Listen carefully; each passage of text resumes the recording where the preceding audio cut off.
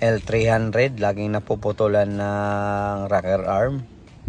So ayan, baklasin na natin. Ito na mga bossing, ayan.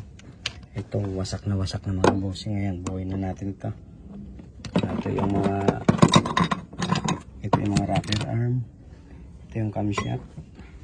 Ayan, salpak natin dito. Ayan, 4G56 L300. So ngayon ito na. So ayan mga bossing, nakabitan natin yung camshaft saka yung mga cam nya. Ayan.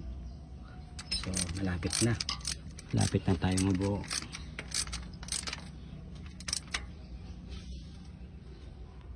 So ito na mga bossing, nabuo na natin yung mga rocker arm.